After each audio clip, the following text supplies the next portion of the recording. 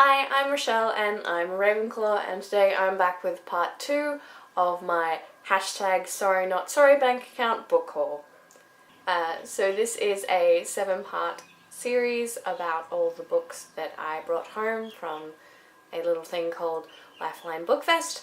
I won't go over the same stuff that I did last time. If you want to know more about where I got all these books, watch part 1. I do a bit of an explanation at the beginning of that. So I've got 2 more bags of books here with me today. I'm going to lift them up and show you what I got. So these are both medium-sized bags, so I will tell you what's in them very shortly. I'll go over again the fact that I will only be reading the synopsises for these books, because taking the time to mentally summarize all of these will take way too long. So I guess we better get started with the first bag.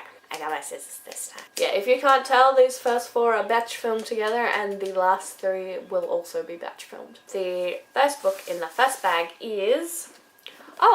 it's The Good People by Hannah Kent. This is, as the sticker says, damn sticker, signed by the author. Now, Hannah Kent is an Australian author, so that's not too surprising, but I read her first book, Burial Rites, really enjoyed it, but this book is set in Ireland, which I have a lot of family ancestry from, so I'm very excited to read this. The year is 1825 in a remote valley lying between the mountains of southwest Ireland, near the Flesk River of Kilkerny. 3 women are brought together by strange and troubling events. Nora has lost her daughter and her husband in the same year and is now burdened with the care of her 4-year-old grandson Michael. The boy cannot walk or speak, and Nora, mistrustful of the tongues of gossips, has kept the child hidden from those who might see in his deformity evidence of otherworldly interference. Unable to care for the child alone, Nora hires a 14-year-old servant girl, Mary, who soon hears the whispers in the valley about the blasted creature causing grief to fall upon the widow's house. Alone, hedged in by rumour, Mary and her mistress seek out the only person in the valley who might be able to help Michael, for although her neighbours are wary of her, it is said that old Nance Roche has the knowledge that she consorts with them, the good people, and that only she can return those whom they have taken. That's very exciting. I am looking forward to getting to this one. So that is the first book for this. The next book that I'm pulling out is... it's the Song of Achilles. Another sticker. I'm gonna have to go through all of these and get all of the stickers off. This is by Madeline Miller. I have been recommended this book over and over and over again. I just have not gotten around to picking up a copy yet. I saw this for $4 and grabbed it, because duh. So the synopsis for this is: Greece in the Age of Heroes. Patroclus, an awkward young prince, has been exiled to the court of King Peleus and his perfect son Achilles. Despite their differences, Achilles befriends the shamed prince, and as they grow into young men skilled in the arts of war and medicine, their bond blossoms into something deeper. Despite the displeasure of Achilles' mother, Thetis, a cruel sea goddess. But when word comes that Helen of Sparta has been kidnapped, Achilles must go to war in distant Troy and fulfill his destiny. Torn between love and fear for his friend, Patroclus goes with him, little knowing that the years that follow will test everything they hold dear. So this is a retelling of the Achilles myth, where there is some male romance, and I am all about that life. So that was the next one I picked up. So the next book in this bag is The Awakening, which is this number 1? No, this is number 2. I imagine, yep. Alright, so I'm just going to pull them all out. I managed to pick up all 3 of these. So this is the Summoning, and this is the Awakening. There is also the Reckoning in here somewhere. The Reckoning is the final book, so I'll read you the back of the Summoning. I'll put that down here. All 3 of these are by Kelly Armstrong, and they are part of a trilogy. I think it's called the Darkest Powers trilogy. So, all Chloe Saunders wants is a life like any normal teenager. The chance to get through school, make friends, and maybe meet a boy. But when she starts seeing ghosts, she knows that life will never be normal again. Soon the ghosts are everywhere, demanding her attention. When Chloe finally breaks down, she's admitted to a group home for disturbed kids. At first, Lyle House seems okay, but as she gets to know the other patients, charming Simon and his ominous, unsmiling brother Derek, obnoxious Tori, and Ray, who has a thing for fire, Chloe begins to realize that something strange and sinister binds them all together, and it isn't your usual problem kid behavior.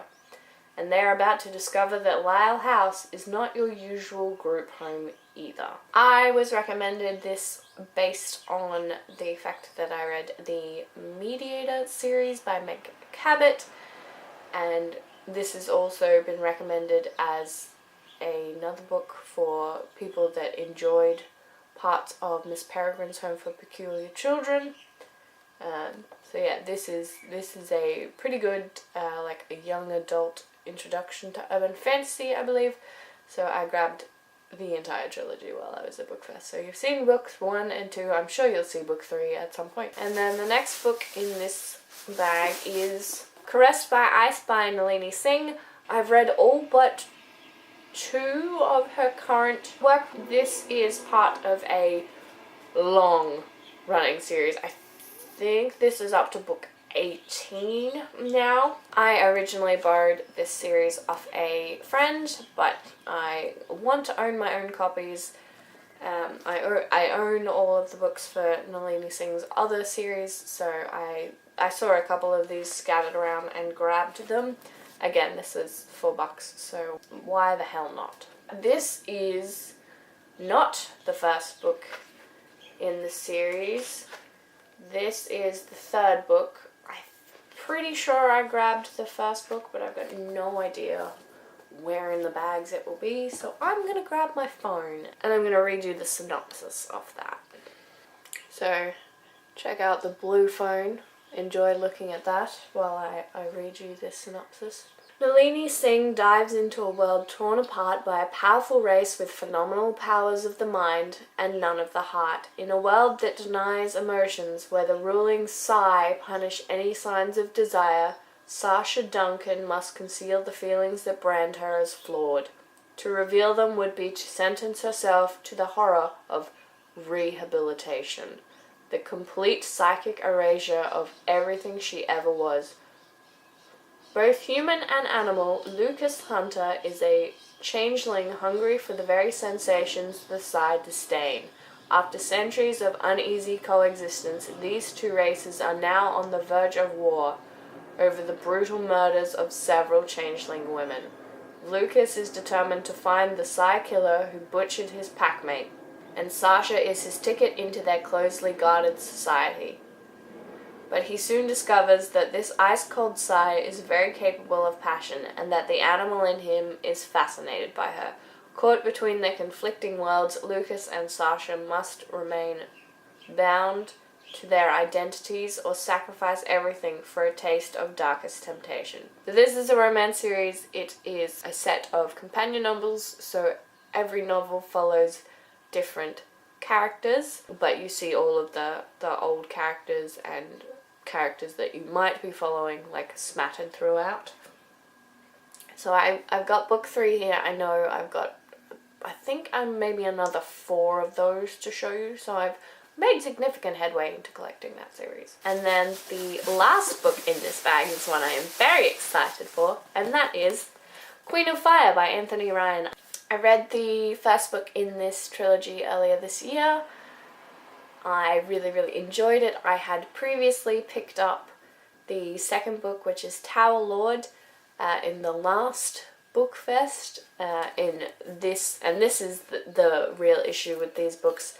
They have come out in the shorter paperbacks now, and I have both of the first 2 in the tall paperback. So when I saw this, you better believe I jumped on it.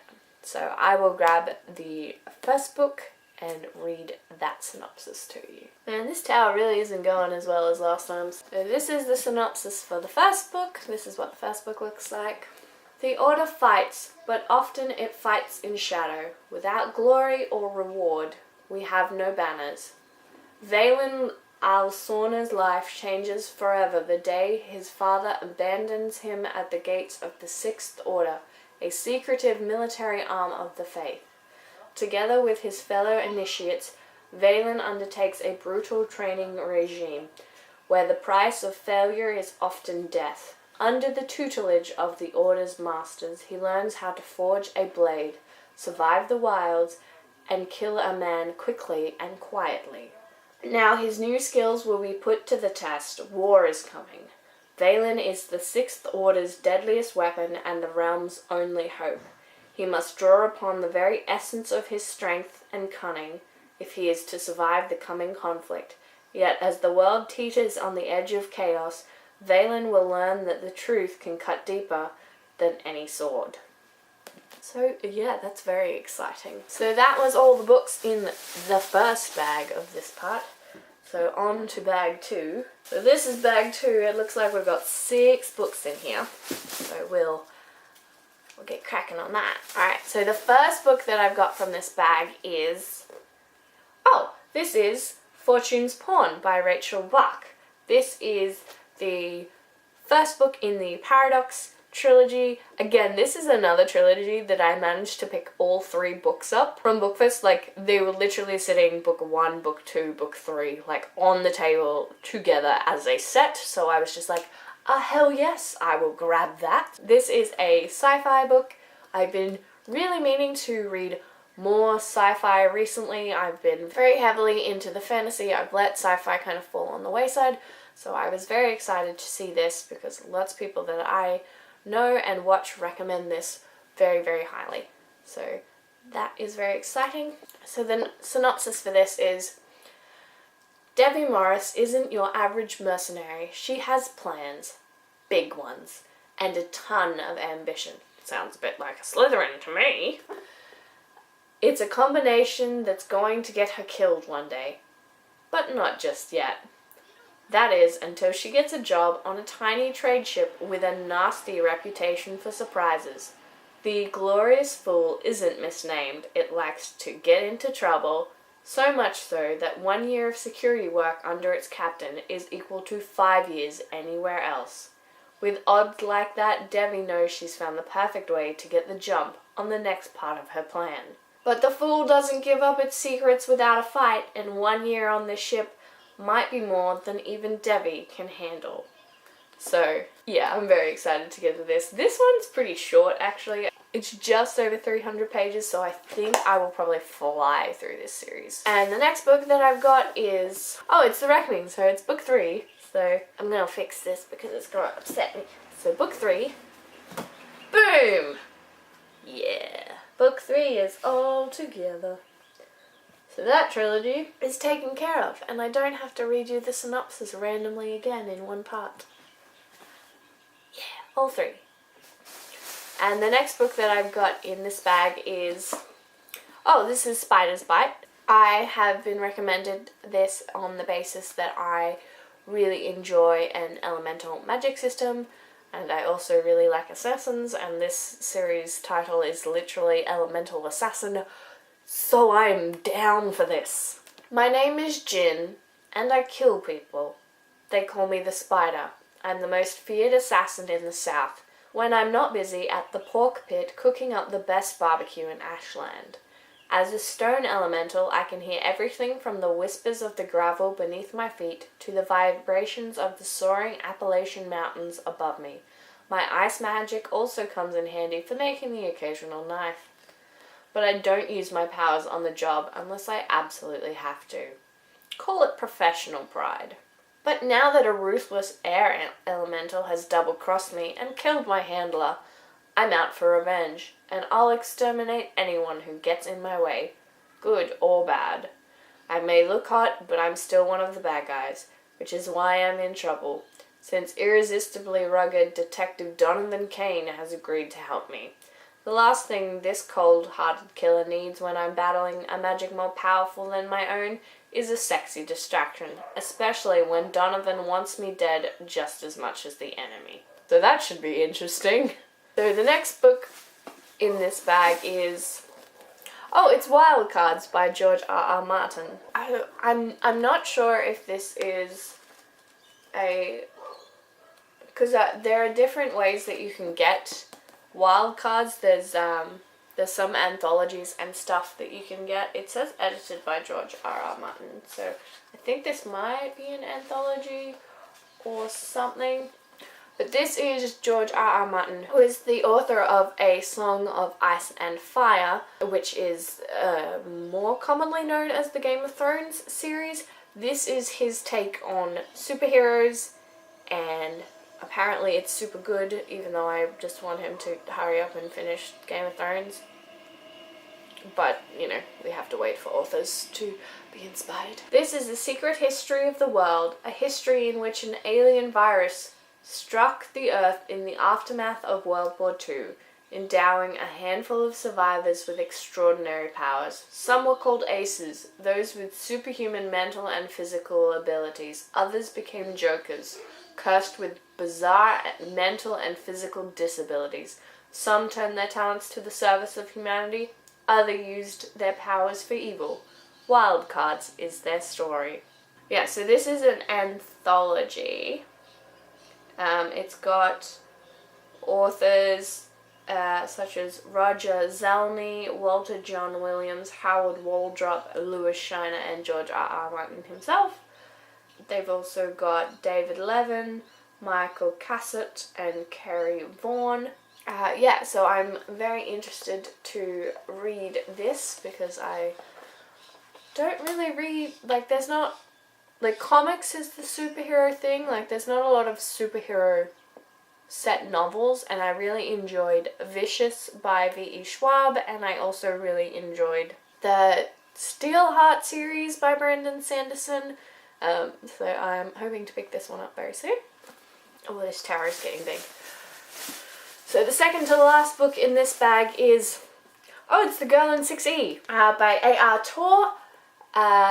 This is a book that I've seen on BookTube for a while. It's also been recommended to me a couple of times in person.